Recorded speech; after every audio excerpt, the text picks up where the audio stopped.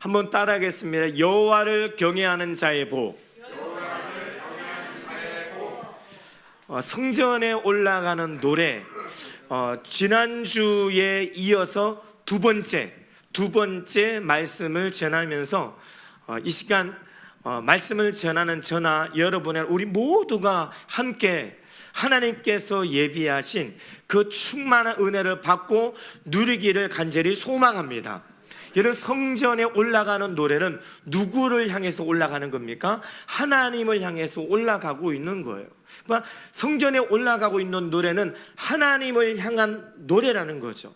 하나님을 향해서 우리가 나아가고 하나님을 향해서 우리가 노래하다 보면 우리 마음에 그런 마음이 드는 것은 지극히 당연한 것입니다. 어떤 마음? 어떤 간절한 마음에 바람이 있어요. 바람이 무엇이냐? 그것이 크든 작든 그것이 어떤 형태이든지 복에 대한 열망이 생깁니다. 그것은 지극히 당연한 거예요. 열망이 생길 수밖에 없는 정상적인 겁니다. 왜냐하면 히브리서 11장 6절에도 하나님 두 가지 믿음을, 하나님 기뻐하는 믿음을 강조하고 있어요. 그 믿음이 무엇이냐? 하나님께 나아가는 자는 반드시 그가 계신 것과 또한 자기를 찾는 자들에게 상 주시는 이심을 믿어야 할지니라. 하나님께 나아가는 자는요, 믿음이 있어야 하나님 기뻐하신대. 그 믿음이, 하나님 기쁘시는 믿음이 무엇입니까? 하나님을 살아계신다는 그 믿음의 확신. 두 번째 믿음은 하나님께 나아가는 자는, 하나님께 올라가는 자는 바로 하나님께서 상을 주시고 축복을 주시고 복을 주신다는 그 믿음, 그 믿음을 하나님이 기뻐하신대요. 그래서 성전을 올라가는 노래, 우리가 성전을 향해서 나가고 오늘날 이 교회를 향해서 나오고 교회를 향해서 와서 예배 드릴 때 그 마음이 생기는 것은 정말 당연한 거고 그렇게 있어야 돼요. 또 그것이 믿음이에요.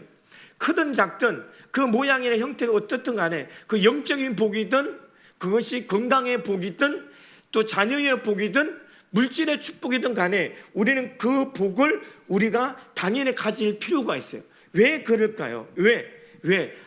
하나님은 복의 근원이시기 때문에, 복 주시는 하나님이시기 때문에 그래요. 하나님은 창세기 1장부터 태초부터 하나님 피조물들에게 놀라운 설계를 하나 하시는데 그것이 무엇입니까? 하나님 창세기 1장부터 복에 대해서 설계를 하셨어요. 복에 대해 설계하시면서 1장에서 계속해서 반복해서 주님께서 강조하는 말씀이 무엇이냐면 하나님이 그들에게 복을 주시며 이르시되, 그들에게 복을 주시며 이르시되 생육하고 번성하고 충만하라, 정복하고 다스려라. 하나님 창세기 1장부터 태초부터 복에 대해서 명령하시고 복에 대해서 선포하시고 복을 주시고 안겨주셨으면 우리가 알 수가 있어요. 그런데 오늘날 많은 사람들이 하나님에 대해서 잘 모르잖아요. 하나님에 대해서 잘 모르고 성경 하나님의 말씀에 잘 모르면 큰 오해를 합니다. 큰 오류를 범해요. 그것이 무엇이냐? 교회는 기복신앙이라는 말을 해요. 굉장한 큰 오류고 오해인 것입니다. 성경은요, 복에 대해서 그 복이라는 단어, 딱 복이라는 단어만 해도 약 1000여 회, 정확히 955번을 기록하고 있어요. 어떤 사람은 기복신앙이다, 그래서 이 복이라는 단어를 싹 다 바꿔야 된다. 무엇으로 바꿔야 되냐? 은혜라는 단어로 바꿔야 돼. 이런 성경에는요, 히브리어나 헬라어에 또 영어 성경에도 은혜라는 단어와 복이라는 단어는 전혀 달라요. 본질 자체가 다릅니다. 은혜는 별로 많이 기록이 되어져 있지 않습니다. 근데 복이라는 단어는 약 1000회가 기록되어져 있는데 그것도 창세기 말씀에 아주 많이 기록되어져 있어요. 그 성경이 말하는 그 복의 의미는 히브리어 원어에 보니까 바라크예요. 이 바라크는 창조주 하나님께 무릎을 꿇는 거예요. 겸손하고 낮아지는 거예요. 그러니까 하나님 앞에 겸손한 자, 하나님 앞에 자기 자신을 낮추는 자, 바라크. 하나님께 영과 질 예배 드리는 자에게 하나님 그 복을 주셨어요. 아브라함에 주셨고 이삭과 야곱과 요셉에게 주셨어요. 그 복이 바라크의 복을 하나님께서 우리 가운데 주신다는 것이죠. 그리고 기복신앙이 무엇입니까? 성경을 모르고 하나님을 잘 모르는 그 기복신앙의 핵심은요, 신앙의 목적이 오직 복에 맞춰져 있어요. 신앙의 목적이 복이에요. 믿음의 대상이 하나님이 아니고 하나님의 뜻과 전혀 상관이 없이 하나님의 것과 하나님 뜻은 관심도 없어. 그냥 복에만 관심이 집중되어 있어요. 오직 복만 추구하는 것이 기복신앙인 거죠. 무슨 자신의 형통, 또 뭐 소원 성취, 뭐 입신양면, 이런 초보적이고 지극히 현세적인 복을 추구하는 것이 초보신앙, 현세신앙, 이것이 바로 기복신앙이죠. 그러나 교회는 기복신앙이 아니라 절대신앙입니다. 한번 믿음으로 고백해 볼까요? 교회는 기복신앙이 아니라 절대신앙이다. 무슨 말이냐 하면 하나님의 자녀는요, 하나님의 자녀는 절대적으로 복을 받게끔 되어져 있어요. 하나님은 하나님의 아들 예수를 이 땅에 보내시고 예수님의 공생의 사역 첫 시작의 첫 설교가 마태복음 5장 산상수훈이에요. 주님의 첫 번째 설교가 무슨 설교였냐? 복에 대한 설교예요. 팔복에 대해서 설교할 정도로 복은 하나님의 자녀가 누리는 특권입니다. 특권. 오늘 본문 성경 구절만 보더라도 복에 대해서 강조하고 있고 그 복을 누가 주신다고 얘기하고 있습니까? 여호와 하나님이 주신대요. 그 복을 누구에게 주시느냐? 누구에게 주신다고는 성경에 딱 말하고 있어요. 여호와를 경외하는 자, 그 길을 걷는 자에게 주님께서 복을 주신대요. 할렐루야. 뭐 1절도 있고 4절도 있고요. 하나님을 경외하는 자에게는 하나님의 복을 주셔요. 이 경외라는 말이 무슨 말이냐? 경외라는 단어는 두려움이에요. 우리는 하나님에 대한 그러한 또 어떤 의식조차도 없을 때도 많이 있잖아요. 때로는 의식도 못하고 그 하나님에 대한 두려움이 없어요. 그러나 이 시대에 이 성경의 기록 당시에 팔레스타인 그 유대인 이스라엘 백성들은요, 하나님이요 엄청 두려운 존재였어요. 하나님이. 우리나라도 조선왕조 시대에도 그 임금, 나라의 한 임금만 나와도 그 앞에 백성들이 무릎을 좌리고 엎드리고 고개를 못 들지 않습니까? 그 왕과 임금의 권위와 위엄 때문에. 근데 이스라엘 백성들은요, 하나님의 위엄, 하나님의 권능과 위대하심은요, 한 나라의 임금 그 비교도 되지 않습니다. 그래서 성경은 역대상 29장 11절, 유다서 1장 25절에 하나님의 위대하심, 하나님의 권능, 영광과 승리, 그분의 위엄과 권력과 권세는요, 그분 앞에 엎드려지지 않을 수가 없어요. 그 이스라엘 백성들은 하나님이 너무너무 두려운 거예요. 하나님이 모세를 부르셨잖아요. 모세를 출애굽기 3장에서 호렙산에를 부르셨는데 가시떨기에서 막 불이 타고 있는 거예요. 하나님의 음성이 들리는 거예요. 그때 모세가 너무너무 두려운 거예요. 너무너무 두려워해서 자기의 얼굴을 가리고 숙였습니다. 근데 그렇게 두려웠던 이 모세가 한 번은요, 출애굽기 30장에 넘어가면 시내산에서 그가 겁없이 좀 친밀해졌다고, 하나님의 관계가 좀 친밀해졌다고 겁없이 하나님의 얼굴을 내게 보여주소서 라고 기도를 해요. 그러자 하나님은 모세에게 바로 얘기합니다. 내가 내 얼굴을 보지 못하리니 나를 보고 살 자가 없으리라 경고하십니다. 보면 너 죽는 거예요. 그래서 이스라엘 백성들이요, 그들이 복받을 수밖에 없었던 그 원리가 있어요.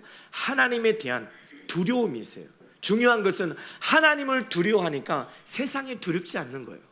하나님을 두려워하니까 세상에 무서운 것이 없는 거예요. 얼마나 강하고 담대했는지를 우리는 알 수가 있습니다.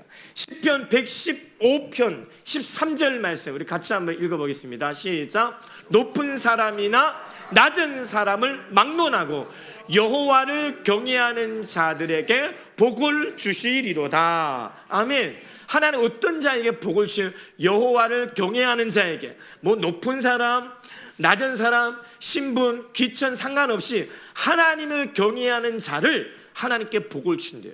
우리가 하나님에 대한 두려움이 있어야 돼요. 우리의 일상의 삶 속에 하나님의 존재, 하나님의 역사하심, 하나님의 살아계심, 하나님의 위대하심, 그 존재를 우리가 인지하고 우리가 의식한다면 우리가 삶에서 아무렇게나 살 수가 없어요. 내 생각대로, 내 혈기대로, 내 욕심대로, 내 경험대로 아무렇게나 내가 가고 싶은 대로 아무렇게나 살 수가 없어요. 왜? 하나님이 살아계시고 하나님 면전 앞에 하나님을 의식한다는 것은 우리가 지금도 하나님 앞에서 살아가고 있다는 의미예요. 코란데오. 우리는 코란데오예요. 하나님 앞에서 살아가고 있어요. 하나님 눈은 피할 자가 없어요. 숨을 수가 없습니다. CCTV나 모든 감시 카메라는요, 사각지대가 존재해요. 그러나 하나님의 눈은 피할 수가 없어요. 사각지대가 없어요. 그 하나님의 눈은 지난주에도 우리가 은혜의 말씀을 나눴지만 그는 피곤하지 않고 곤비하지 않고 명철이 하나 없이 없으시고 졸지도 않고 주무시지도 않고 불꽃 같은 눈동자로 항상 우리를 지켜주세요.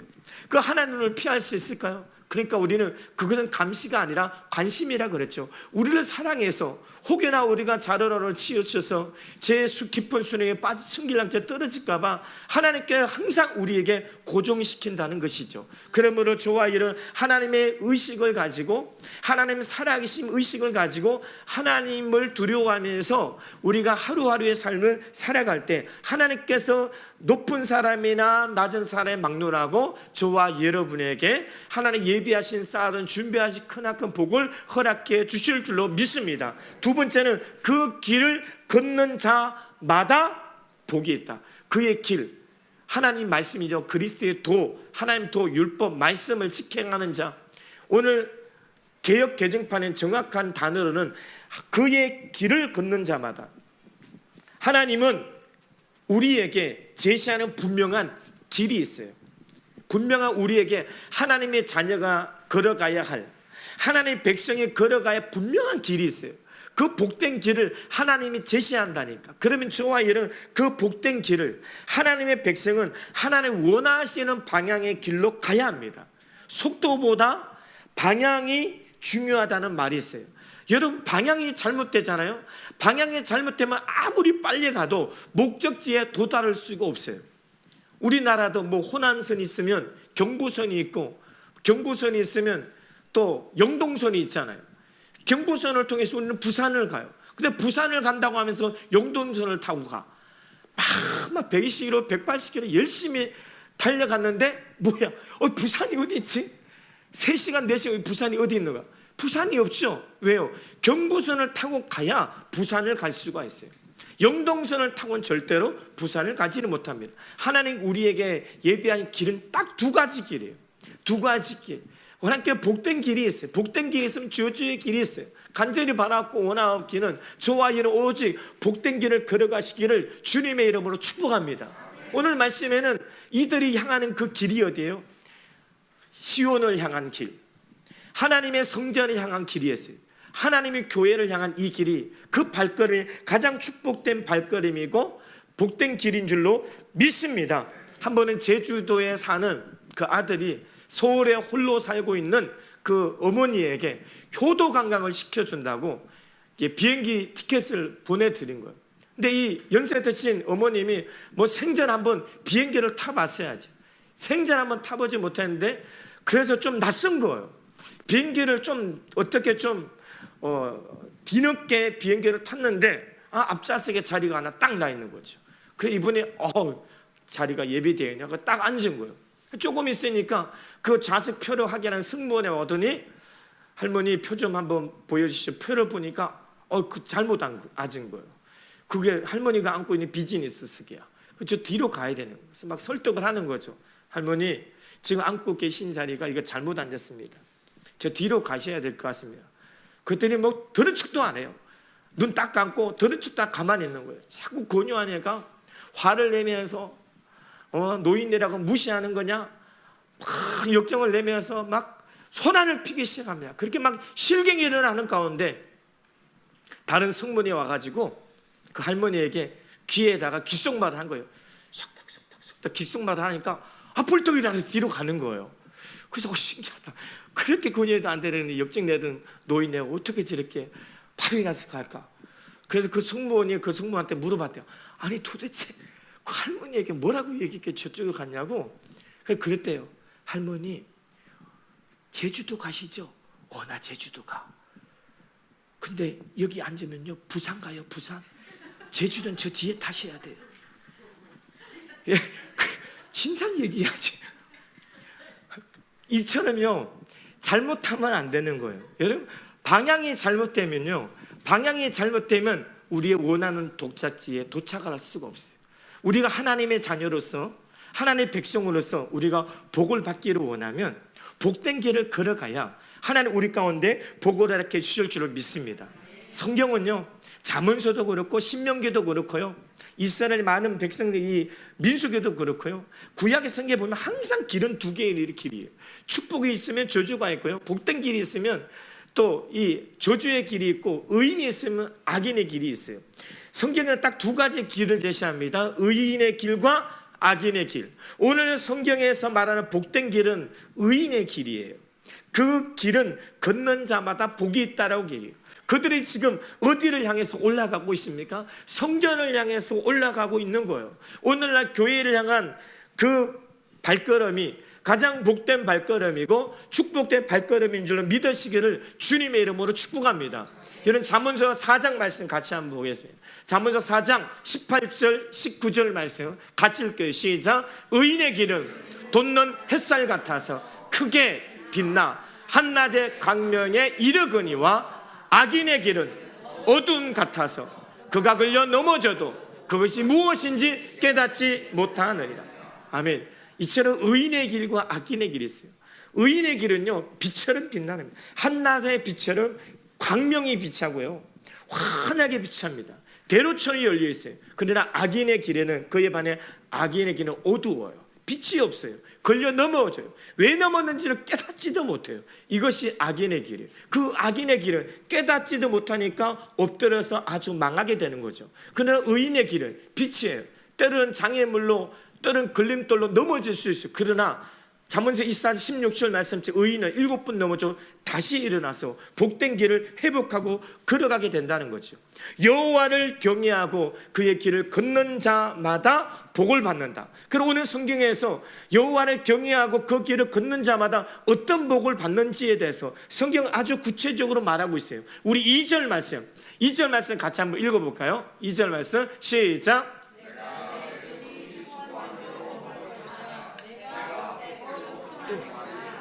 아멘. 내 손이 수고한 대로 먹을 것이고 복되고 형통하리라. 수고한 대로 먹는다. 여러분, 수고한 대로 막 어떠한 세상에서 우리가 어떠한 일을 하잖아요. 막 땀 흘려 힘쓰고 애쓰고 노력하고 수고하잖아요. 그렇게 수고한다고 해서 다 복된 줄 아십니까? 수고한 대로 다 먹을 수 있던가요? 아니요. 헛수고일 경우가 많아요. 또는 일이 꼬인다든지 일이 잘 풀리지 않는다든지 경기 침체로 불경기 불황으로 또 코로나를 인해서 중소기업 이런 문을 닫기도 하고 자영업자 문 닫기도 하고 얼마나 많은 자영업자는 문을 닫습니다. 근데 그들이 일 안 했나요? 열심히 땀 흘려 힘쓰고 애쓰고 막 밤으로 불철주야 일했어요. 그런데 가게 문을 닫았어요. 얘는 아무리 힘쓰고 애쓴다 그래서 수고한 대로 먹는 것이 아니더라고요. 하나님께서 그것을 지켜주셔야 돼요. 여러분, 시편 128편 우리가 봤는데 시편 127편 1절 같이 읽어볼까요? 여호와께서 집을 세우지 아니하시면 세우는 자의 수고가 헛되며 여호와께서 성을 지키지 아니하시면 파수꾼의 깨어있음이 헛되도다. 아무리 수고해도 세우는 자의 수고가 왜 헛됩니까? 여호와께서 관여하지 않는 거예요. 여호와 하나님, 창조주 하나님, 복에 거는 대신은 그 하나님이 그 인생의 집을, 그의 사업을, 그의 생업을, 그의 가정을 돌봐주지 않는 거예요. 돌봐주지 않고 지켜주지 않고 세워주지 않으니까 다 헛된 거죠. 아무리 땀 흘려 힘쓰고 수고해도 하나님이 도와주지 않으면 다 헛되다. 이런 것을 성경은 말하고 있어요. 신명기 28장 8절에서 같이 읽을게요. 여호와께서 명령하사 내 창고와 내 손으로 하는 모든 일에 복을 내리시고 내 하나님 여호와께서 내게 주시는 땅에서 내가 복을 주실 것이며. 아멘. 그 수고한 대로 그가 하는 모든 일에 복을 주시네요. 누가 복을 주세요? 하나님이 복을 준다는 것입니다. 이것이 바로 여호와를 경외하는 자에게 그분의 말씀을 따르고 순종하고 그분의 도를 행하는 자에게 주는 복이에요. 저와 여러분은 수고한 대로 정말 하나님이 원하시는 길을 걸어가시고 하나님의 의식하면서 내 삶 속에 항상 나와 함께 하시고 동행하시고 살아계시고 복주신 그 하나님을 의식하면서 살아갈 때 하나님 우리의 수고한 대로 먹을 풍성하게 채워주시고 복되고 형통하게 하실 줄로 믿습니다. 우리 3절 말씀 같이 한번 읽게요. 3절 시작. 내 집 안방에 있는 내 아내는 결실한 포도나무 같으며 내 식당에 둘러앉은 자식들은 어린 갓난나무 같으리로다. 아멘. 여러분 개인의 복에서 가정의 복, 공동체의 복, 이제 나라로 공동체로 더 큰 강동체로 확대됩니다. 이것이 바로 하나님의 복이 증가되는 거예요. 오늘 보니까 2절, 3절에는요 사실 이거는 가정의 복이에요. 가정의 복. 개인의 복이 가정의 복인데 이 가정의 복은 내 집 안방에 있는 아내가 있어요. 아내는 결실하는 포도나무가 돼요. 결실하는 포도나무. 여러분 나무 많이 있잖아요. 나무 얼마나 많아. 근데 이 포도나무는요 관상목이 아니에요. 포도나무 아무리 봐도 보기 좋지 않고 아름답지 않아요. 관상목으로 쓰이는 나무가 아니에요. 이거는 과실수예요. 존재의 이유는 포도나무의 존재는 열매에 있어요. 결실, 풍성한 열매에 있습니다. 그런데 그 여호와를 경외하고 그의 길을 걷는 자에게 복을 주시는데 뭐 아내가 안방에 있는 내 아내가 결실하는 포도나무? 그 포도나무? 아니 과실수가 포도나무밖에 없는가? 우리나라 같으면 배도 있고 사과도 있고 감도 있고 뭐 많이 있잖아요. 그래 팔레스타인 지금 하나밖에 없어요. 유일해요. 우리는 사계절이 또렷하잖아요. 팔레스타인은 사계절이 없어요. 사실 금기우기예요. 금기우기.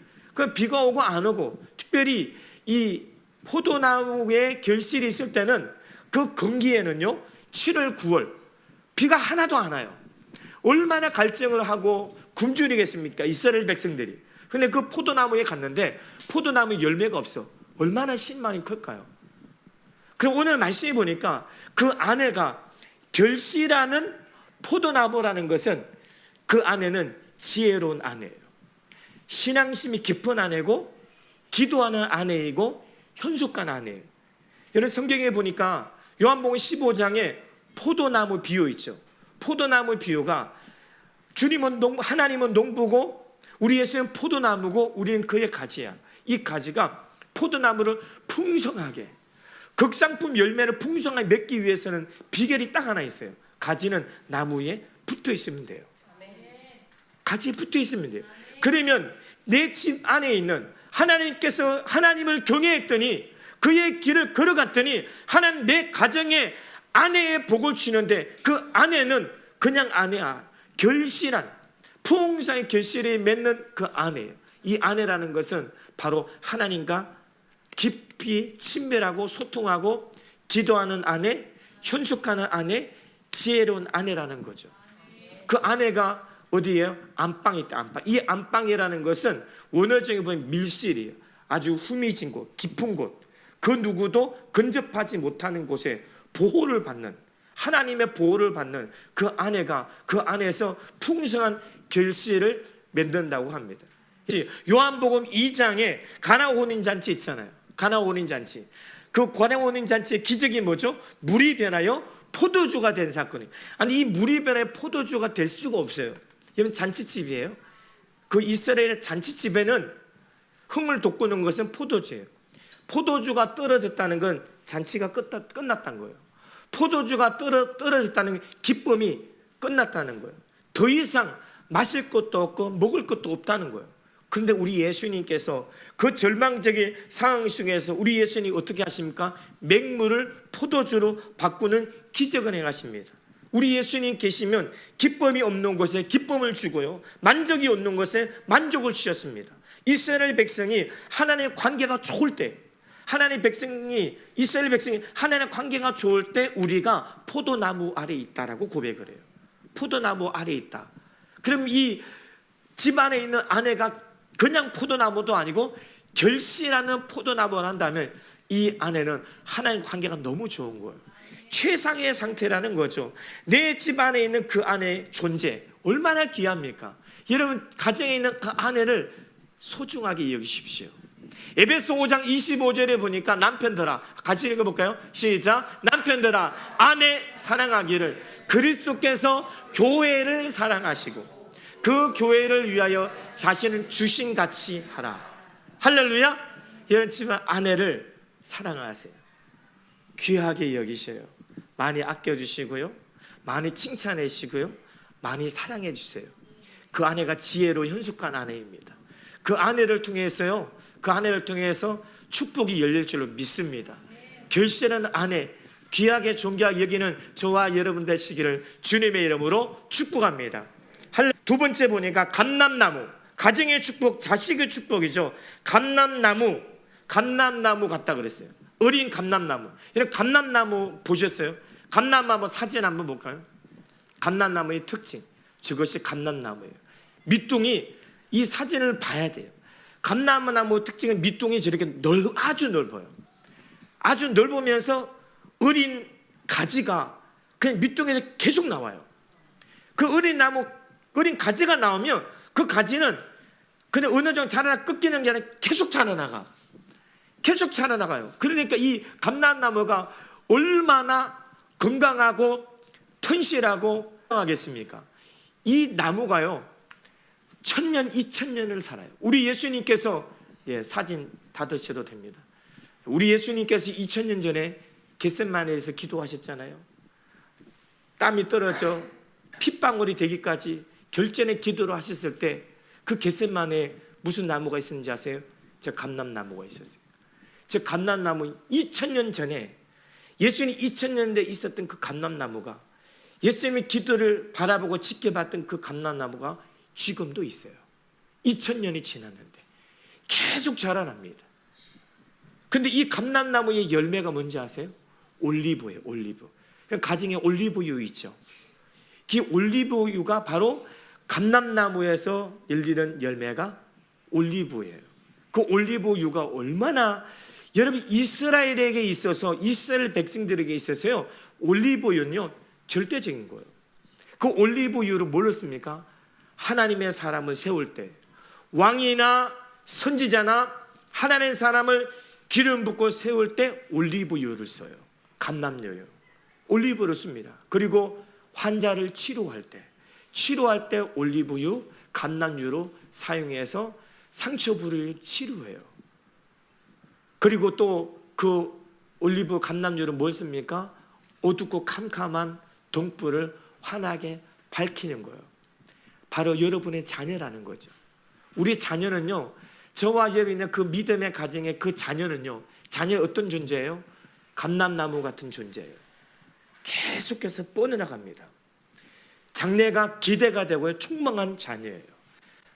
여러분의 자녀는 반드시 잘 될 줄로 믿습니다. 반드시 소갑니다. 그 자녀는요 굉장히 존귀한 존재예요. 여러분 자녀는 복된 존재예요.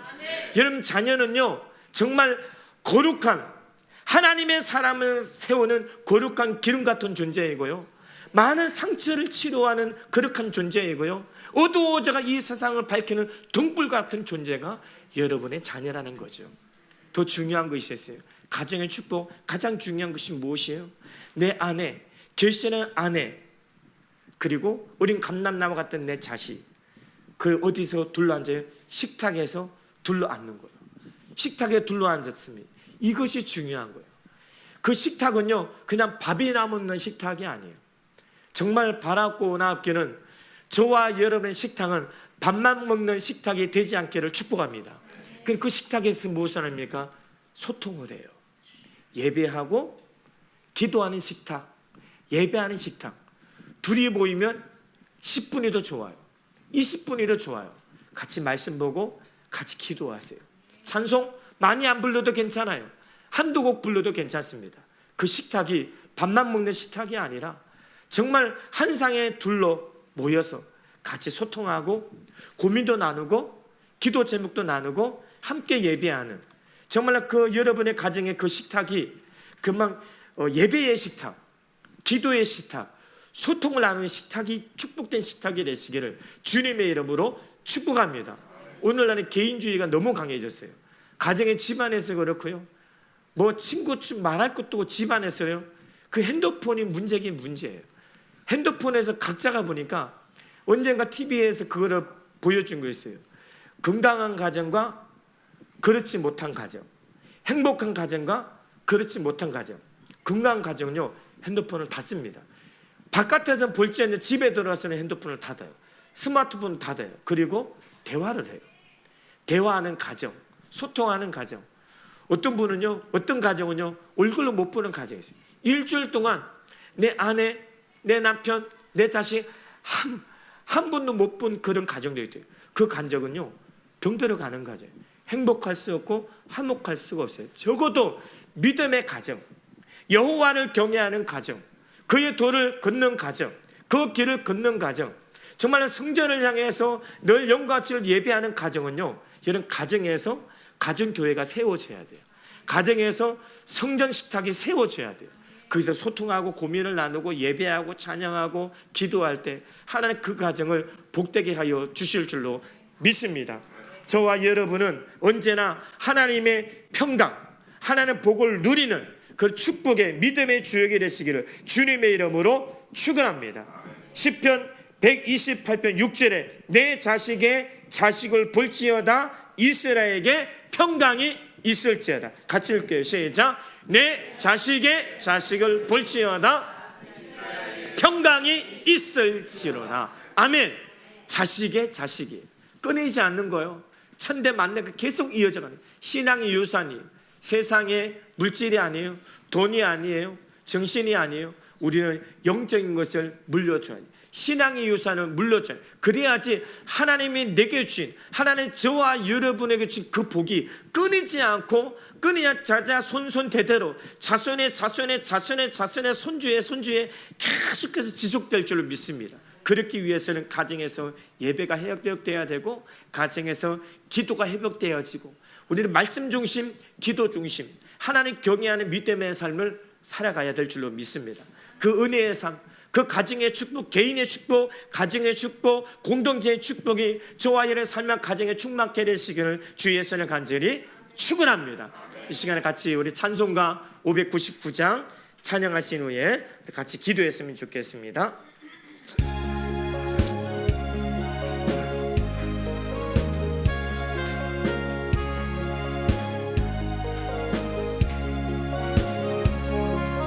사철의 봄바람 불어있고 하나님 아버지 모셨으니 믿음의 반석도 든든하다. 우리 집 즐거운 동산이라